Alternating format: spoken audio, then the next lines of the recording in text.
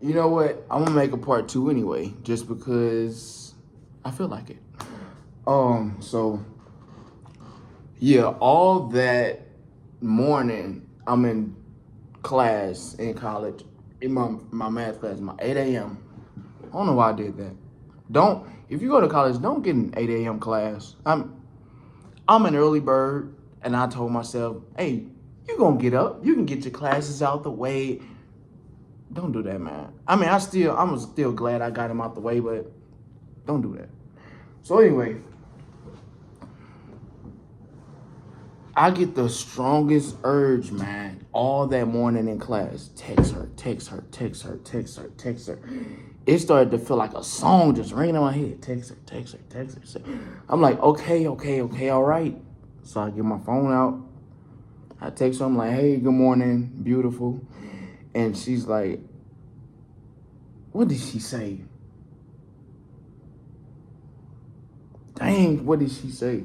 She was like, oh, I was just playing about yesterday. And man, when I tell you, I was so mad. I was so mad. I just tossed my phone on the bed. I'm like, all right, man, whatever. Move on with your life. Go on about your day. Forget it. She's not interested. I don't know why you fell for this. And that was that. So then she takes me back again after that, and she's like, "No, I'm just kidding." I guess she saw I didn't text back, and she was like, "No, I'm just playing. Hey, how's it going? Good morning, blah blah blah." And we kept talking after that, but and it was from that point on, from that day on, we started talking, and come to find out, she was going through actually a really bad breakup, and she actually wasn't serious about the what she was writing to me. She was actually a little drunk that night that we were writing each other on Facebook. And so she was playing around. She said, she told her roommate, I'm gonna find somebody to mess with on Facebook. And she started scrolling and she came up on my name. And that's how we started talking. That's how she started writing me. And so completely crazy, random. I call it God ordained. For y'all that don't know, me and my wife are devout Christians. Um, Now that I see how things lined up over the years and how things played out, it was all God ordained. I mean, that's my person. I'm her person. Like, ain't nobody else in the world we meant for but each other. That's how we feel. I can't see myself with nobody else, especially getting to 13 years now. Her putting up with some of my things, antics over the years, some of the habits that I have that might annoy her or might cause somebody else to break up with me. Like she could deal with it. I could deal with her habits and her craziness, and we got these inside jokes with each other. That's my little homie. That's my best friend now. So it ain't always been like this though. Like at one point after marriage, we hated each other. Like every relationship, every marriage goes through that. Um, but yeah, man, that year, April 26th, like we made it official, April 26th, 2011. So that we call it our little first little anniversary or whatever. And I actually left college that year. I actually dropped out of college that year. I was at the end, but it was just getting too much on me. I was on academic probation. I mean, y'all know. If you've been to college, you know how it gets that first year. I was on academic probation. I was going through a lot mentally with my family, and I dropped out. And so I dropped out that year. She was in college as well, but in a different town.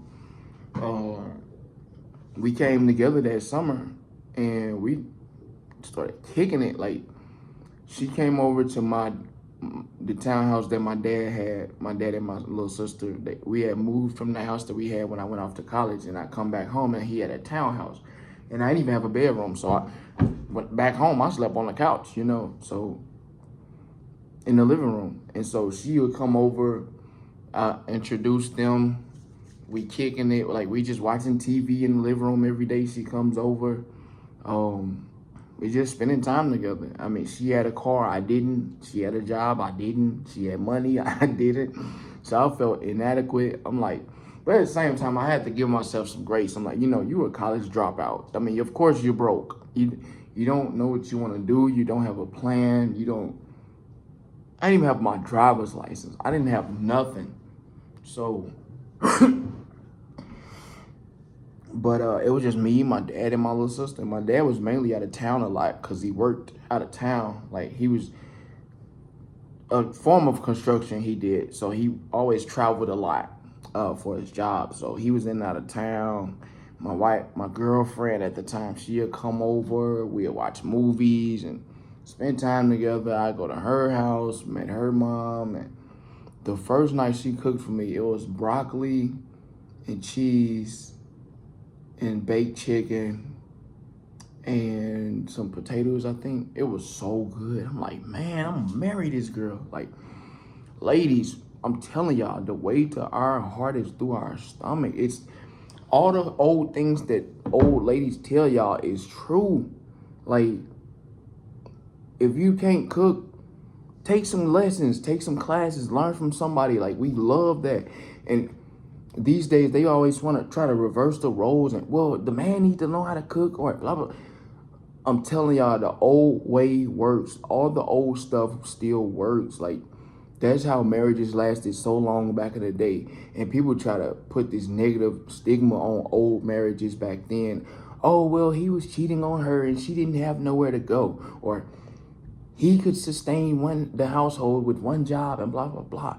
Like, quit making it negative, man. Just think about the values that they held, the morals that they held back then.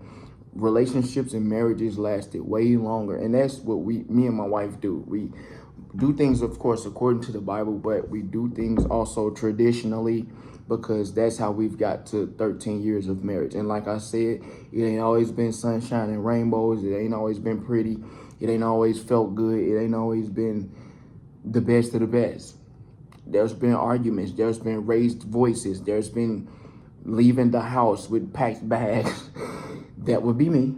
I think I did that like twice.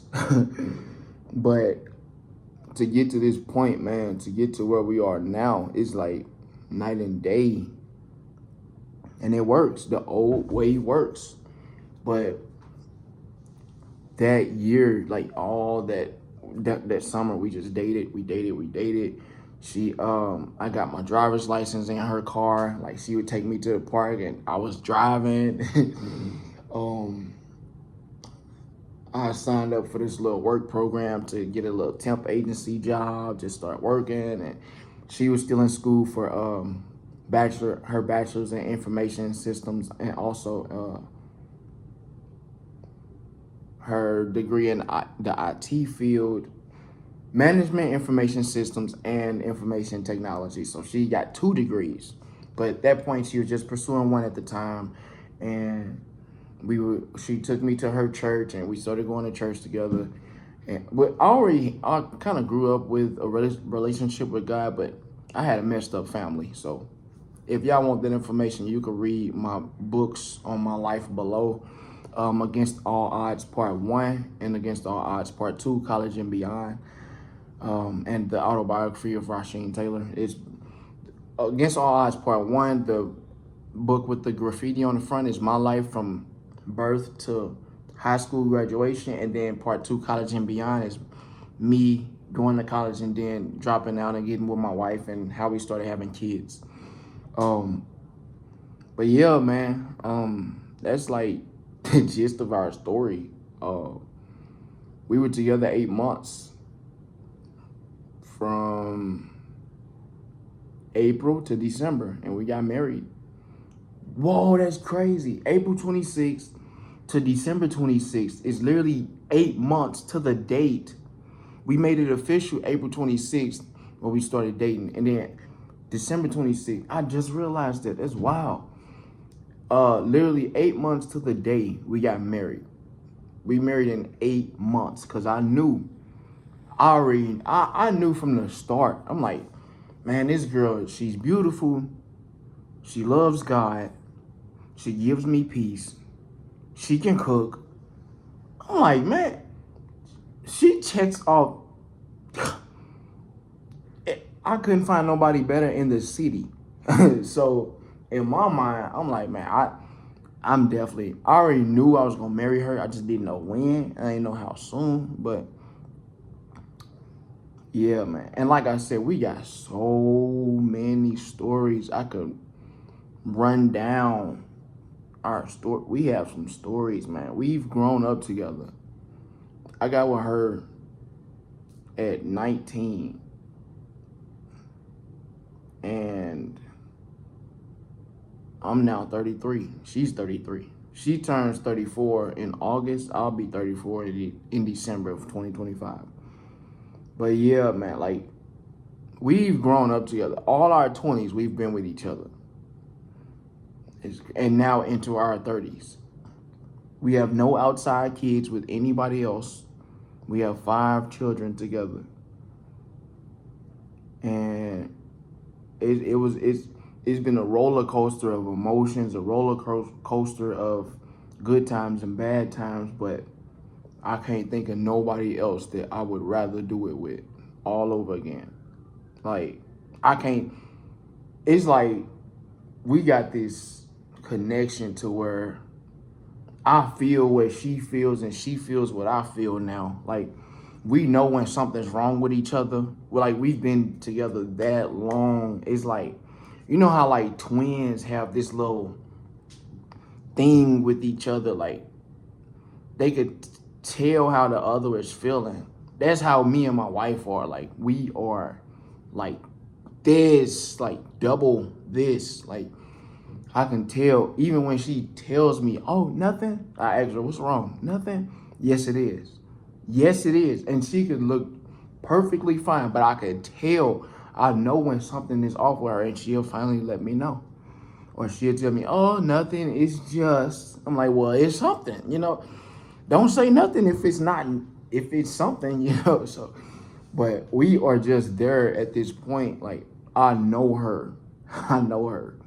And she knows me. She knows when I'm being real quiet. Yep, something wrong. He just don't want to say it. Yep.